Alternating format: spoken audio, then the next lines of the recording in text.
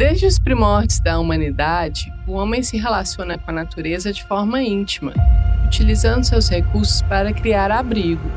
Muito antes do concreto, do aço, das grandes estruturas modernas, nossas primeiras construções surgiram da terra, da madeira, das pedras e do bambu, materiais que estavam ao nosso redor. As antigas civilizações dominavam essas técnicas construtivas ancestrais. No Egito, na América do Sul e na Ásia, ergueram monumentos e cidades que perduram até hoje. Essas estruturas, construídas com materiais locais, não apenas moldaram paisagens, mas também preservaram histórias. Nas Américas, a terra e o barro foram fundamentais para moldar vilarejos e comunidades. No Brasil, as técnicas de construção com barro, como a taipa de pilão e o pau a pique, foram amplamente utilizadas no período colonial. As primeiras casas de Itajubá, por exemplo, são testemunhos vivos dessa tradição que atravessou gerações. Essa maneira de construir ia além da simples edificação de moradias. A construção sempre esteve ligada à cultura local, respeitando o meio ambiente e criando um elo entre as pessoas e os recursos naturais. Muito mais do que levantar paredes, era uma forma de integrar as comunidades, gerando laços sociais e fortalecendo tradições. Hoje, em um mundo onde as mudanças climáticas nos forçam a repensar o futuro, a bioconstrução ressurge não apenas como uma solução ecológica, mas como um caminho de volta às nossas raízes. Utilizando materiais naturais e renováveis, essa técnica construtiva mostra que é possível criar ambientes sustentáveis sem abrir mão da identidade cultural. Nesse documentário, vamos explorar como o resgate dessas técnicas ancestrais não só enfrenta os desafios climáticos da atualidade, mas também renova os laços sociais perdidos, trazendo um olhar inovador para o futuro das habitações sustentáveis. Bioconstruir é mais do que construir casas, é levantar histórias, memórias e um futuro mais harmonioso com a natureza.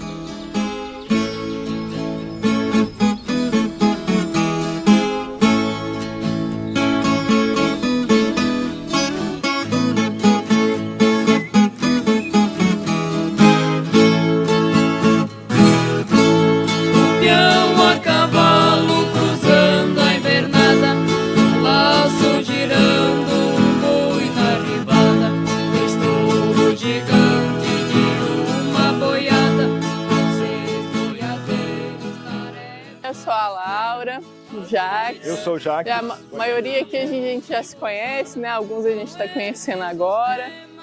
A gente está aqui se juntando para fazer esse resgate dessas técnicas ancestrais aqui de construção, né?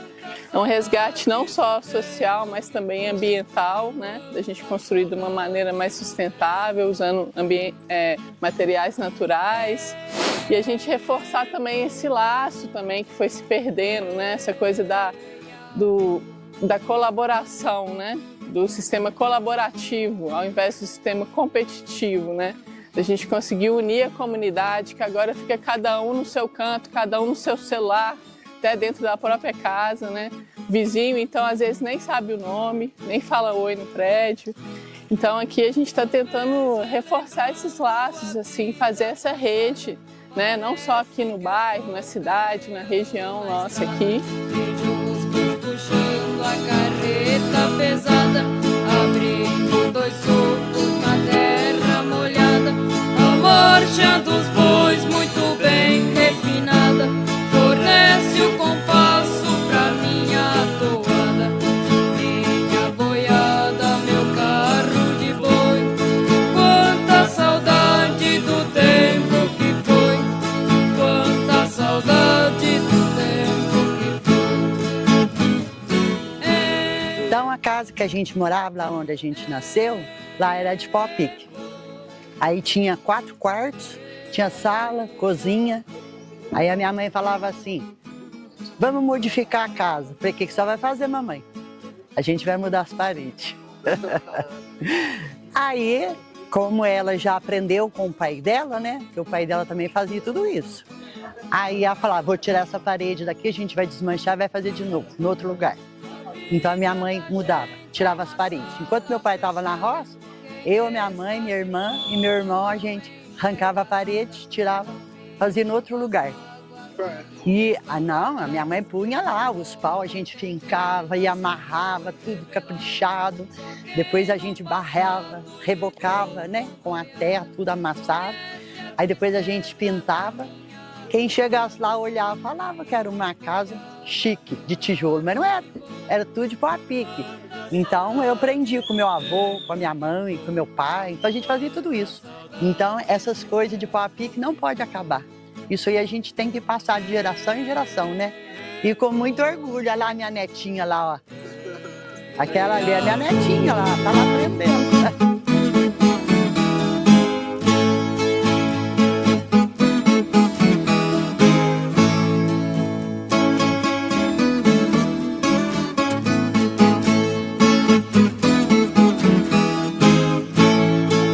Eu já gosto mais de trabalhar com pau a pique.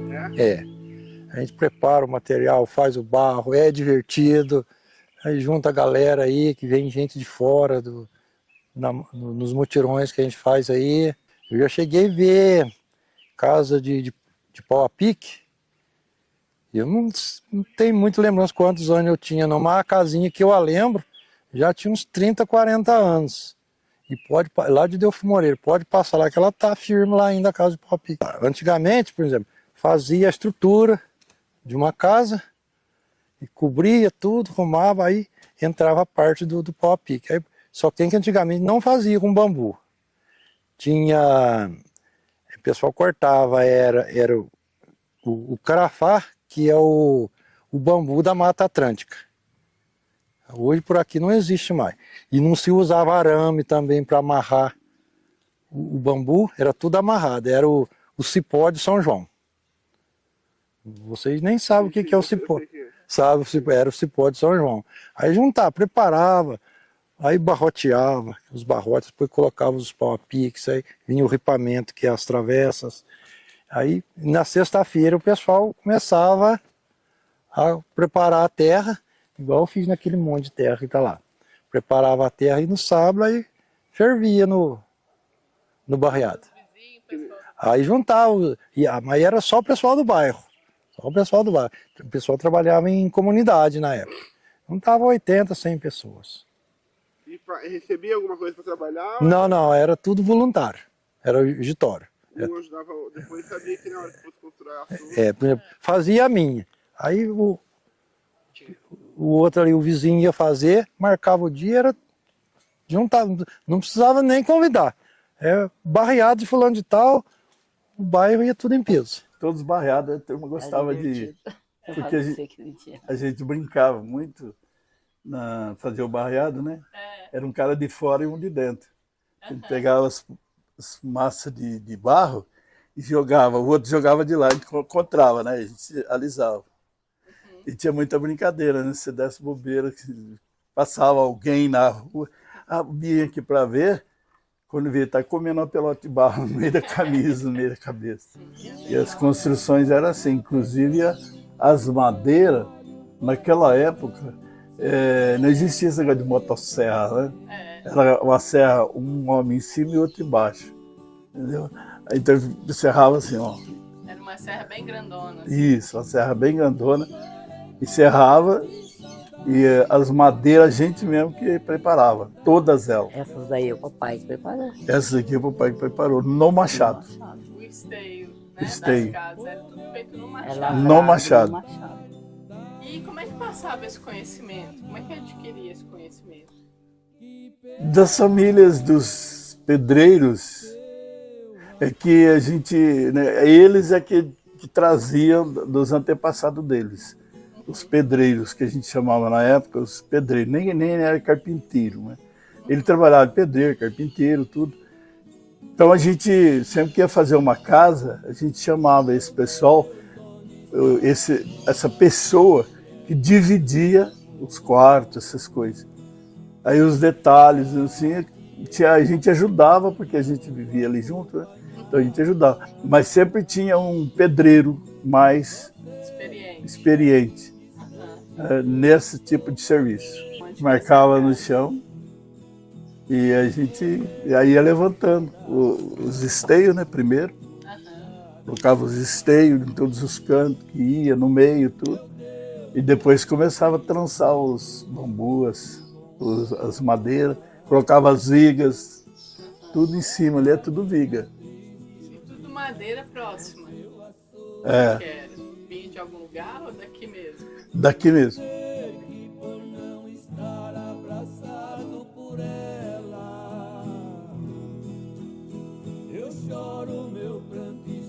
Essa casa que meu pai fez, né, a primeira, quando ele casou, que era uma casa, igual a Dora falou, ele não tinha forro, não tinha nada, pau a pique direto mesmo. E era assim, casava e juntava para fazer a casa? Era assim? Juntava. Quando casava um casal que fosse morar no local ali, né, na terra, juntava e fazia uma casinha. Pau a pique daquelas mais simples que podia. Escolhia as madeiras, os caibros que vocês viram ali, por exemplo, já estão serrados. Naquela época não serrava não, era roliço, escolhia as madeiras, escolhia os caibros. Né? Um segurado de um lado, né? Para fazer da serra, para fazer o cisteio. Os caibros eram fininhos, então não serrava. Cortava. Já cortava, escolhia já isso, a madeira fininha. Fininha. E sempre tinha um mais experiente que orientava todo mundo. Sempre tinha. Tinha que ter, né? Meu pai, com 11 filhos, ele tinha a experiência de tudo. Os filhos não tinham. Conhecer madeira, nós não conhecíamos. Os crianças não conhecem madeira. Mas, então, nosso conhecimento, nós não estudamos para ter esse conhecimento. Nós vivemos esse conhecimento. Inclusive, a gente ficava aceso quando vai ter barreado. Quando que vai fazer casa? Porque a gente já estava até aceso para ir lá. Para ir fazer Para fazer parte, ajudar a cultura.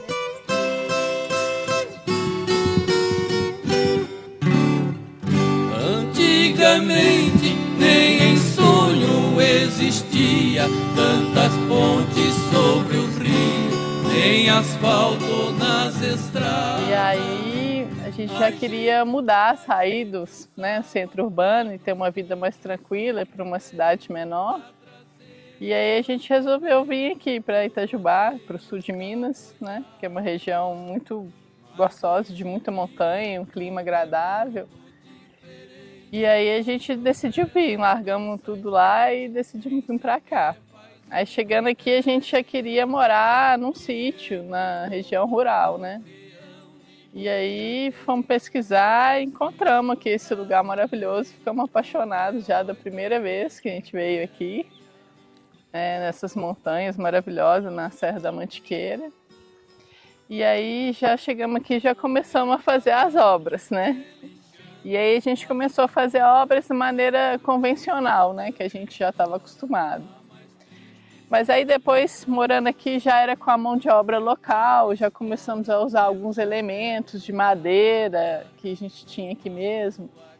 E aí, com isso, a gente começou a estudar um pouco, sabe, na internet, conhecer pessoas e ver outras maneiras de usar mais os elementos locais, os elementos naturais. E aí foi aí que a gente descobriu a bioconstrução, né? E começamos a estudar, fazer curso, comprar livro, né? Se interessar bastante pelo tema. E fomos conhecendo pessoas, né? Aqui mesmo no bairro a gente tem o Carlão, tem o Espiridião, que são pessoas mais antigas que já fizeram isso, né?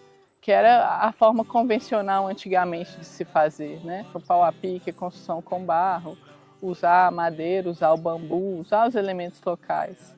A gente tem o intuito também de ter menos desperdício, né? E menor impacto.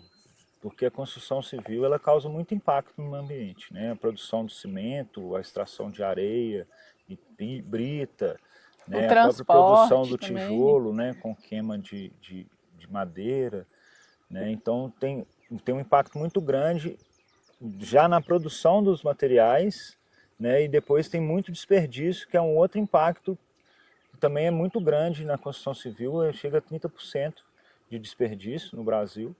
né? Então a gente tem essa visão de ser mais sustentável, né? E a bioconstrução é o caminho para a sustentabilidade na construção civil. E a gente chegou à conclusão, né, desses tempos que a gente está mexendo com bioconstrução, que a bioconstrução ela é melhor em todos os sentidos, né? Que ela tem menos impacto, ela é mais sustentável por isso, né? E você acaba sendo um custo menor porque o material já está lá, né? Então você não tem essa coisa do transporte também, que é uma coisa muito poluente, né? O gasto de combustíveis fósseis para o frete, né? do material. Então você tem um ganho em tudo, até inclusive na obra, no conforto térmico da obra, né? Não sei se vocês perceberam, nós fomos ali na casinha de pau a pique, ela é de barro, ela funciona igual um filtro de barro, né? Ela mantém aquele frescor, aquela umidade ali. Ela é respirável, né? Ela respira, fica então ela tem essa troca de umidade. Né? Que a parede respira. Então a gente viu que assim, você pode construir bonito, com baixo custo, né, ainda ser melhor do que a construção convencional em termos de acústica e temperatura. Né? O conforto acústico e térmico é muito maior quando você construindo com barro. Né? E com madeira também. Nos estudos que a gente fez, a gente percebeu que assim, essas técnicas elas foram usadas no mundo inteiro. No mundo inteiro se construiu com terra, há milênios. Né? Então, assim, é uma coisa que é quase que um inconsciente coletivo, porque do outro lado do mundo, as muralhas da China foram feitas com tijolo de barro. Né? Se a gente for pensar, né, no tempo da humanidade, 10 mil anos, e no tempo que a gente tem cimento, tijolo, né, é muito inferior. A gente tem 100 anos, 200 anos dessa construção que a gente diz hoje convencional, né? Mas se a gente for pensar, a construção que a gente tem mais tempo na humanidade é com esses elementos naturais, principalmente o barro, a terra, né, que tem em qualquer parte do mundo, né? Alguns lugares vão usar técnicas diferentes, vão usar outros elementos, bambu, madeira, né? Enfim. Mas a terra ela está presente em todos os lugares, né? Em todas as civilizações. Tem muito preconceito, né? Que não é feio, é coisa de pobre, né? Não tem qualidade. E a gente está tentando quebrar isso, fazendo as obras, né, com terra, a gente está tentando quebrar isso porque você tem, no final das contas, é o contrário, fica muito melhor, você pode fazer a forma que você quiser. E tem esses elementos novos que a gente vai trazendo, né? As garrafas, né? Uma tinta colorida, coisas que não eram muito usadas, porque às vezes as pessoas nem sabiam que podiam fazer isso, né? E aí hoje em dia a gente consegue trazer esses elementos novos, fazer essa junção, né?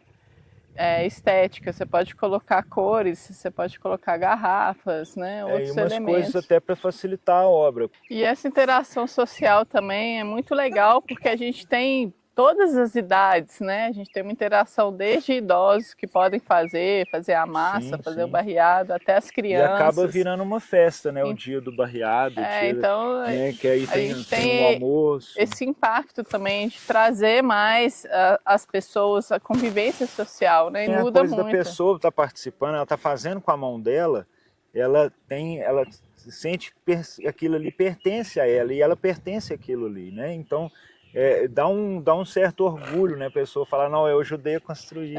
Uma autonomia, né?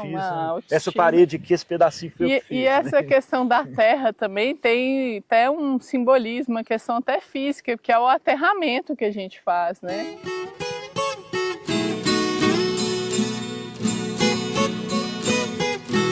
A gente sempre fala pau a pique, remete a uma casa humilde, simples, na roça. E, na verdade, eram todas as casas feitas dessa maneira, né? Que era uma casa de alto padrão do coronel da cidade, né? E foi feita toda com materiais naturais. Madeira de lei, que está aí até hoje, 150 anos. Tem caruncho comendo e ela continua aí. E pedra e terra. As pedras, paredes. Uma casa enorme, né? De alto padrão, que está em pé até hoje. Então, por que a gente não pode fazer isso hoje em dia também? A gente pode fazer esse resgate, né? Construir dessa maneira. Ao regressar de um ninho sonho destruído passou voando um passarinho com suas asas quase sangrando, sua companheira ia procurando.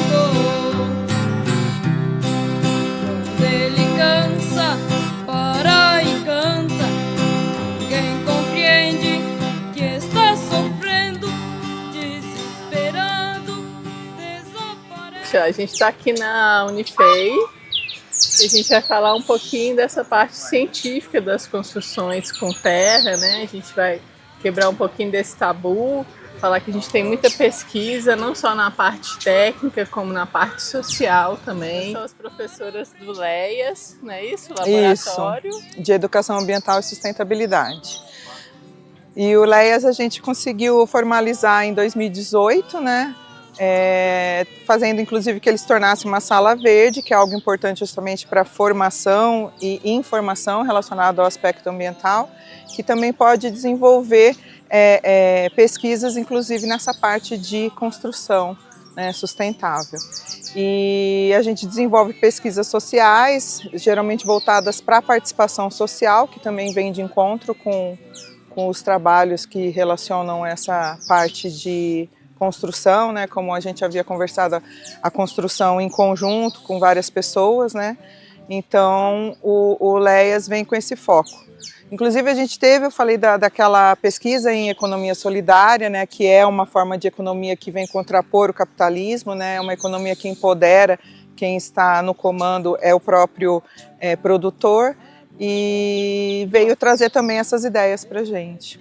É importante que a universidade tenha esse papel, né, de trazer para dentro da universidade essas técnicas mais vernaculares, né, técnicas de construção com terra, técnicas mais naturais, né, para a gente poder replicar em ensaios.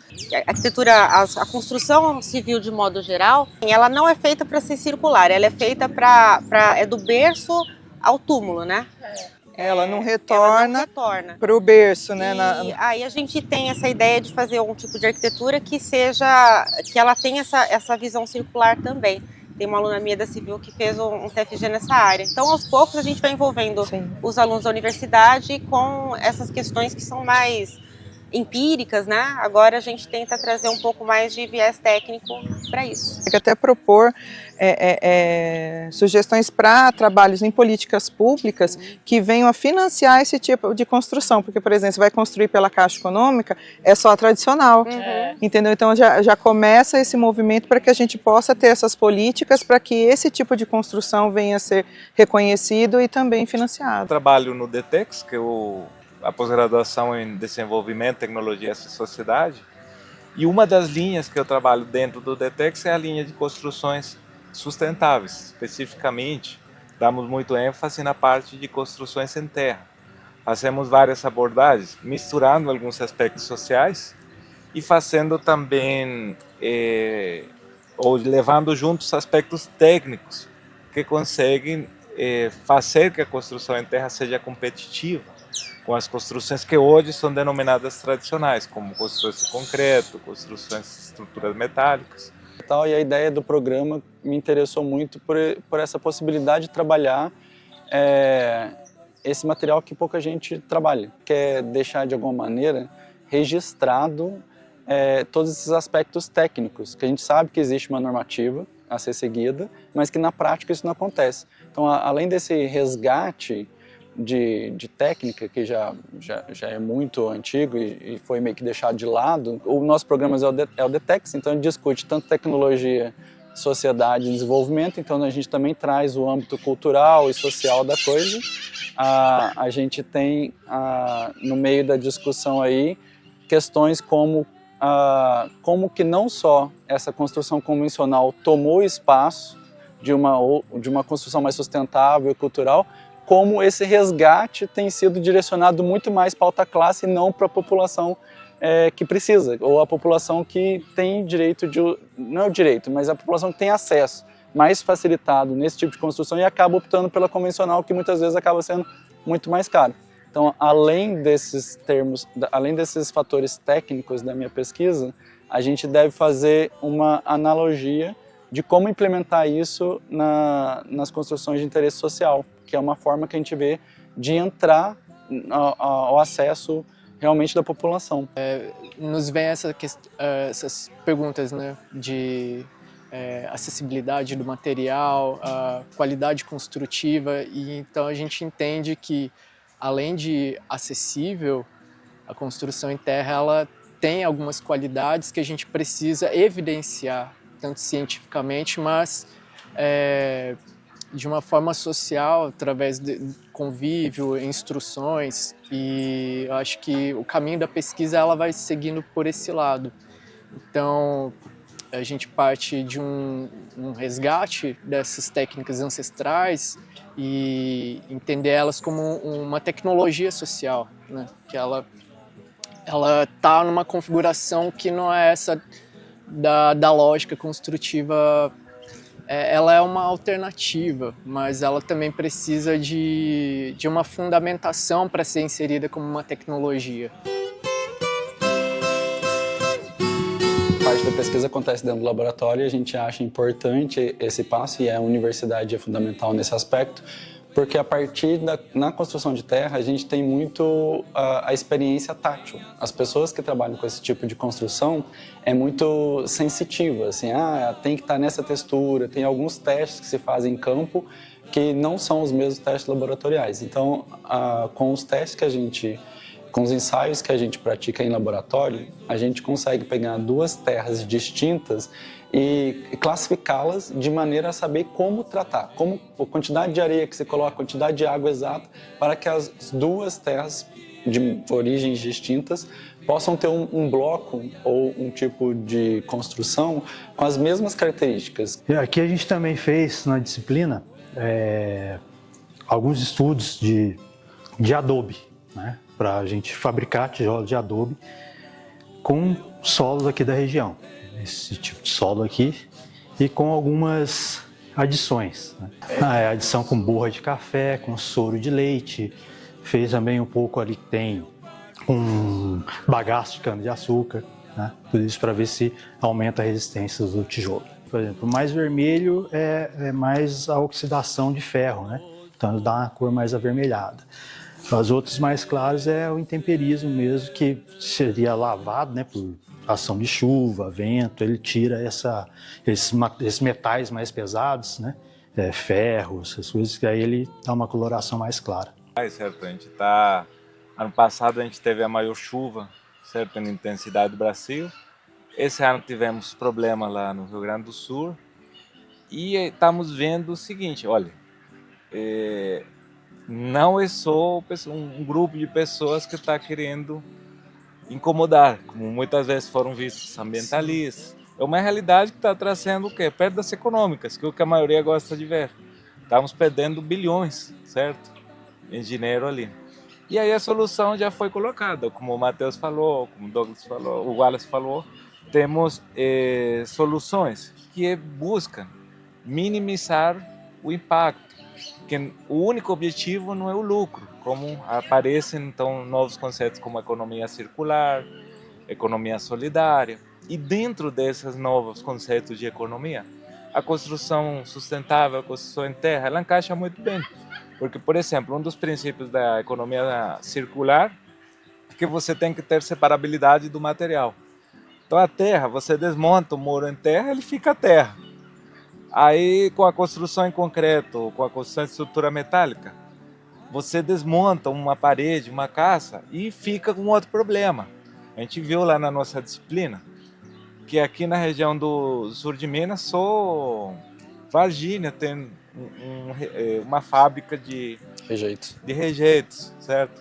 Então, e os rejeitos gerados pelas reformas, gerados pela construção civil aqui no Brasil, são um grande problema, certo? Você está vendo fenômenos que são novidade para todo mundo, certo? A gente está alterado. Então, se o que o pessoal fala ali, que vai se incrementar em 1 grau, certo? A temperatura média do mundo, você pensa, 1 grau não é nada, certo? Porque... Só que... É que a gente não tem a dimensão disso na prática, né? E 1 grau não é nada assim localmente, mas quando é a nível global, 1 grau representa um caos climático. E aí a maior parte do nosso tempo a gente passa dentro de casa, certo? Ou dentro da tua sala, mas dentro de edificações, certo? As nossas condições de vida. Então, começar a pensar nisso, começar a pensar no consumo energético, deveria ser prioritário. E a gente ainda vê uma influência muito grande daquele preconceito contra as construções sem terra que não deixa avançar ou evoluir essa pesquisa.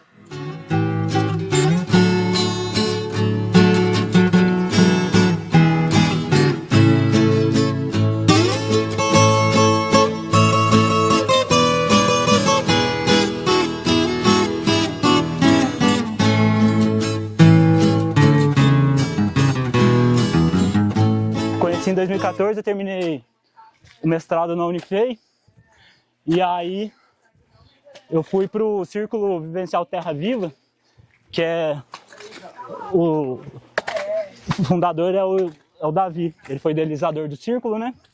E lá eu fiz uma casa com ele e mais os outros 2 amigos dele que estavam lá na época, né? É um lugar de permacultura, né? Integração, a gente fez uma casa com teto verde. E aí eu percebi que isso para mim era uma tecnologia assim que eu nunca tinha visto antes. Então eu fiquei encantado, né?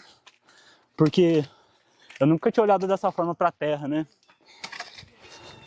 E aí isso me deu um outro propósito, assim. Daí eu trabalhei com eles lá, foram uns 30 dias, a gente fez a casa. E lá dentro eu conheci muitas outras coisas também, né? Forma de tratamento de esgoto, um pouco mais sobre agrofloresta. E aí depois que eu voltei de lá, eu comecei a trabalhar com alimentação vegana, vendia bolo e pão na cidade aqui, né? Pegava a bicicletinha, vendia. E aí depois de uns anos, né? Trabalhei uns 4, 5 anos com isso, eu voltei a trabalhar com bioconstrução. Daí eu fui para Delfim Moreira, trabalhei na casa do Daniel, que é uma casa de hiperadobe, muito linda. Depois eu fui para Ipuiuna, construí uma casa de 120 metros quadrados lá com o Davi, a gente se reencontrou. E aí depois não parei mais. Fazendo projeto com o pessoal do Pé da Pedra, trabalhei em Cachoeira de Minas, no sítio Tucum. Comecei a trabalhar na estância. E até então,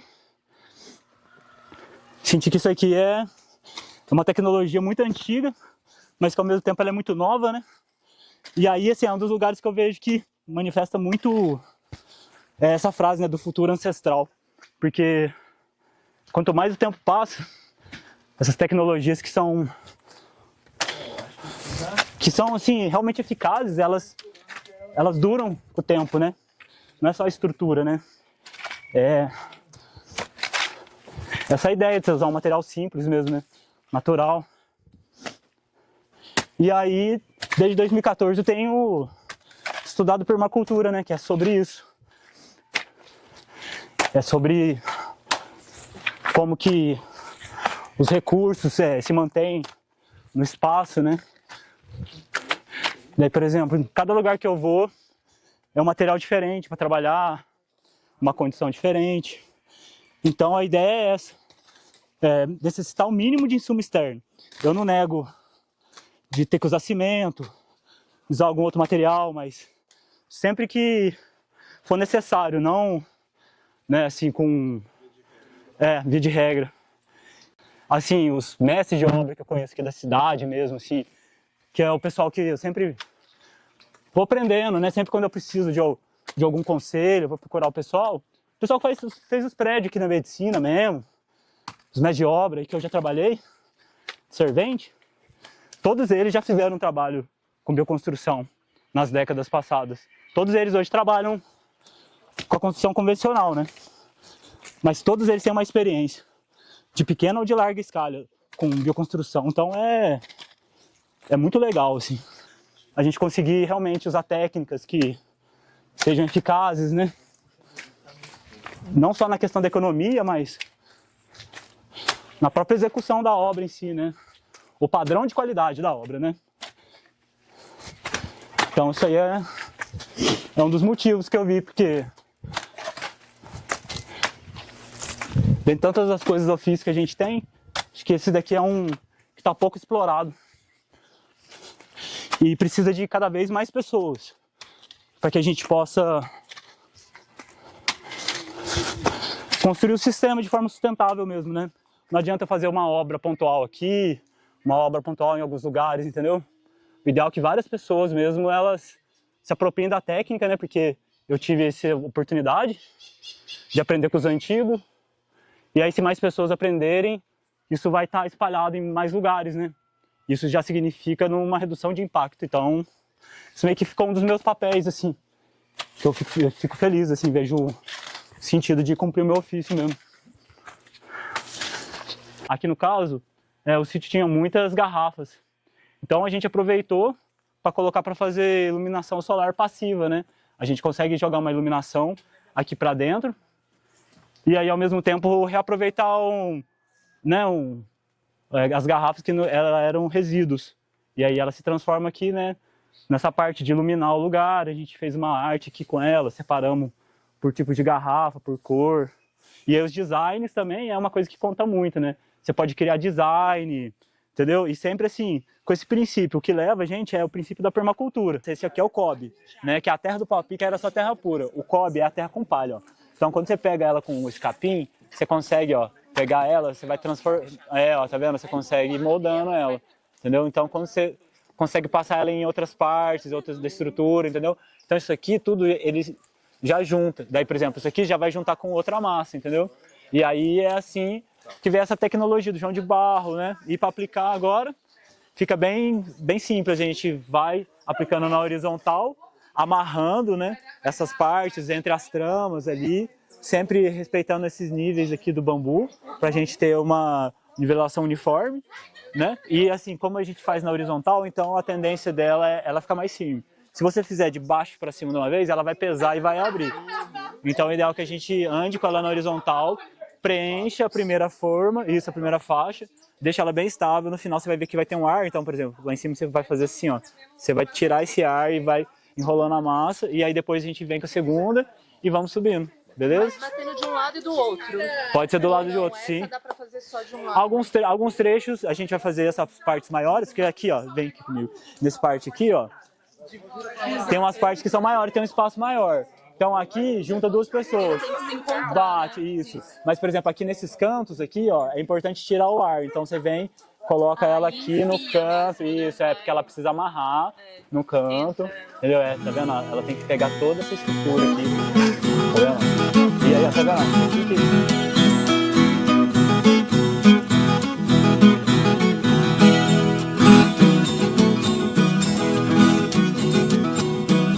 Levantei hoje cedinho. Eu sou engenheiro civil, né? Então já namoro faz um tempo, mas a aproximação é recente. Eu fiz um curso de permacultura em 2018 e lá a gente teve eu tive a primeira experiência, né? Com adobe, a gente fez os tijolos, tal, a gente cobriu, a gente fez uma obrinha lá. Então foi o primeiro contato. Aí apaixonei no negócio. E vem perseguindo de lá para cá. Agora, a experiência prática depois dessa de 2018 é a primeira. Quando eu vi o anúncio da oficina, eu falei, vou participar, porque é uma oportunidade. Eu pretendo bioconstruir na minha propriedade, então eu falei, mas eu preciso começar a experimentar, né? Então eu já tinha traçado isso de perseguir essas práticas, né? E aqui na região, né? Para não precisar ficar indo longe. De verdade, dá emprego a tanta gente, sou uma grande pionada, trabalham todos contentes. Com essa dinâmica de educar, de ensinar, de passar para o próximo, sim.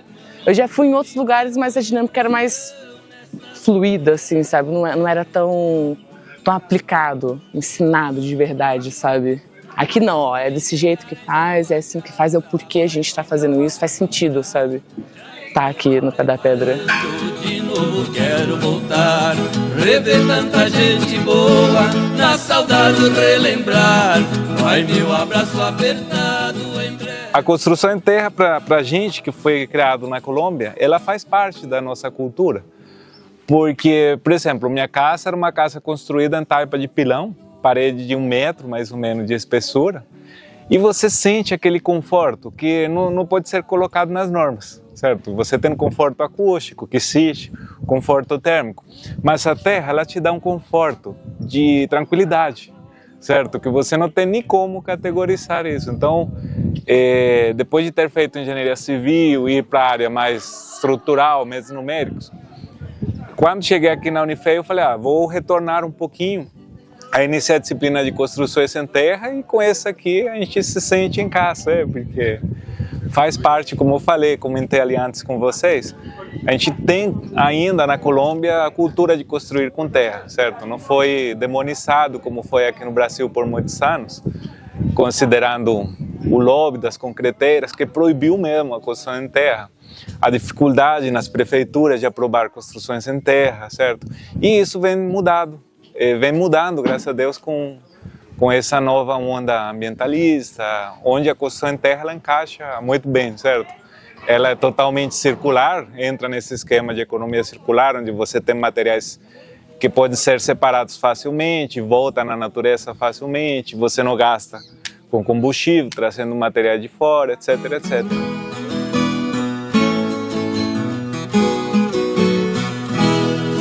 Foi às 4 horas da manhã, meu cachorro de guarda. Eu sou a Morgane, eu venho da França, eu sou voluntariada aqui no Pé da Pedra.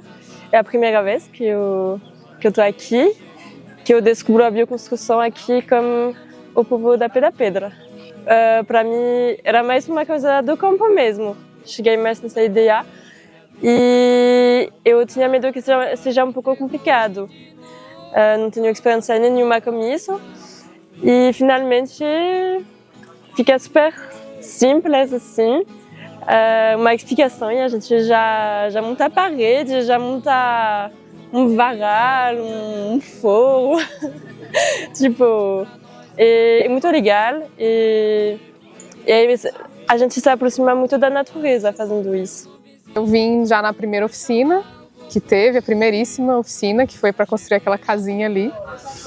E eu vim interessada em fazer coisas manuais, colocar a mão na terra, tá aqui em contato com esse espaço lindo, né, que eles têm, tá, né, no meio das montanhas aqui em Itajubá, e foi mais nesse interesse, assim, né, não foi num interesse realmente de bioconstrução, de engenharia civil, foi uma coisa mais entrar em contato mesmo com a natureza, né? Entrar em contato com a terra. Mora lá do outro lado do rio. Então, a primeira vez que eu vim aqui foi ainda bem no final da segunda onda da pandemia, que a gente fez uma oficina de solo e percepção do ambiente. Então, foi a primeira vez. Depois eu vim no mutirão, né, de pau a pique, da primeira construção. E aí agora eu tô vindo de novo, eles já foram lá também. Então a gente se conecta, né, por ser essa rede assim também. Eu gostei bastante, porque primeiro a gente ajudou a fazer o muro, né, de bambu. Então a gente colocou os bambus lá, trançou com o cipó de São João. E eu achei bem interessante, porque é tudo daqui da região, né, da Mantiqueira. Tudo aqui do terreno também, então foi bem autossuficiente, eu achei bem legal. E a bioconstrução vem nesse mesmo sentido, da gente tentar otimizar o uso de recursos naturais e não trazer outras coisas hiperindustrializadas e colocar na natureza. Então a gente está caminhando nesse sentido, de tentar buscar dentro da natureza o que a gente pode utilizar sem causar um impacto que a destrua.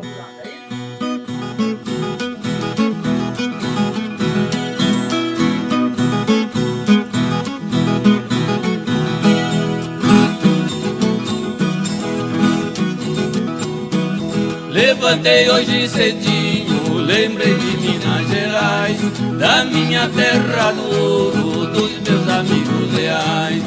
Aqui vai nossa homenagem pra toda essa gente boa, mas com especialidade vou falar de uma pessoa.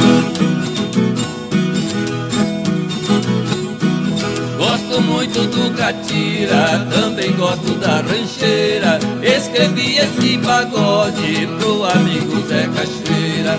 Homem de fibra e raça, que do nada se fez tudo. É fazendeiro peitudo nessa terra brasileira.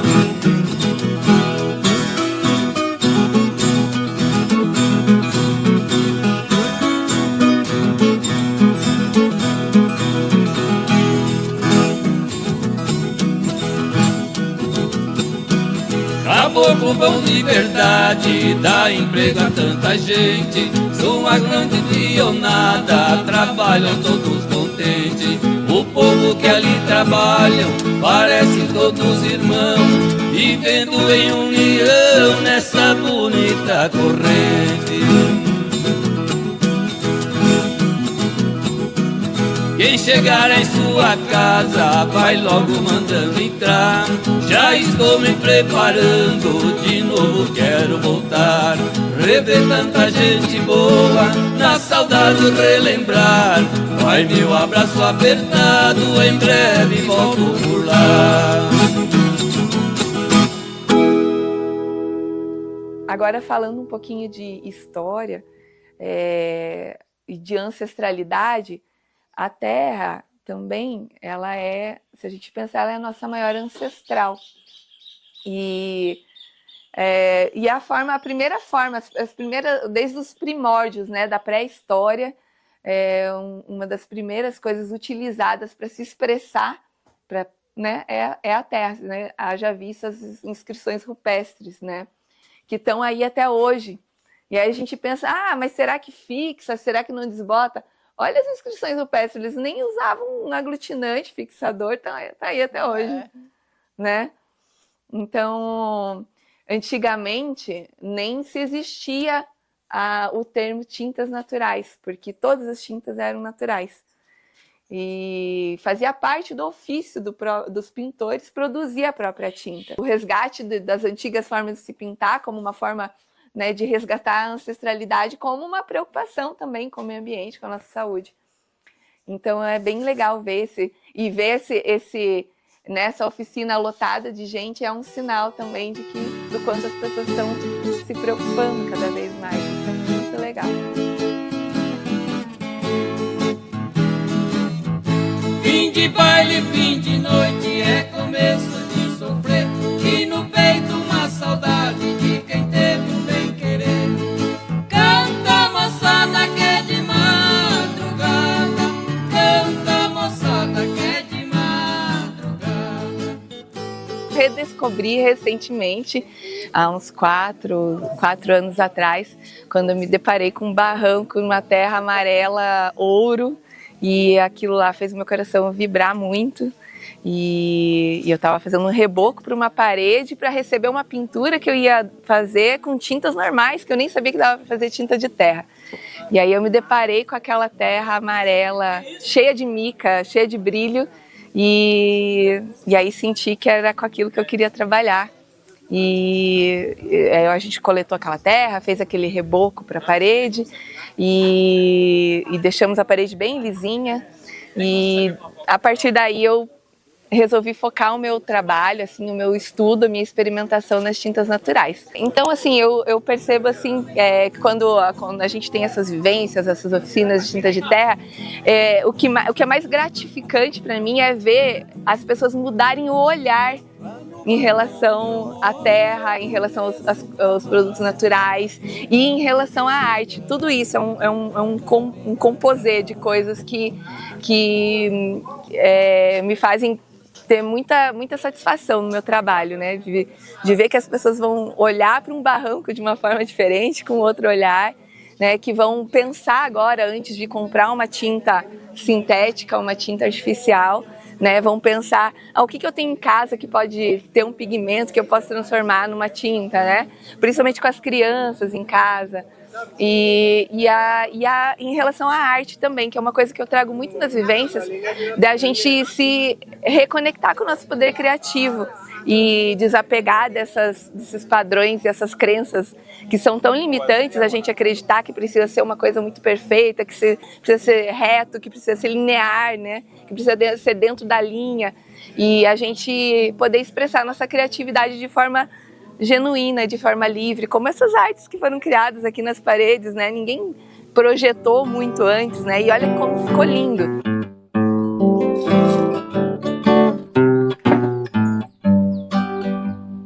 Eu quero morar numa casinha feita à mão, numa floresta onde eu possa plantar o que eu quiser e andar de pé no chão.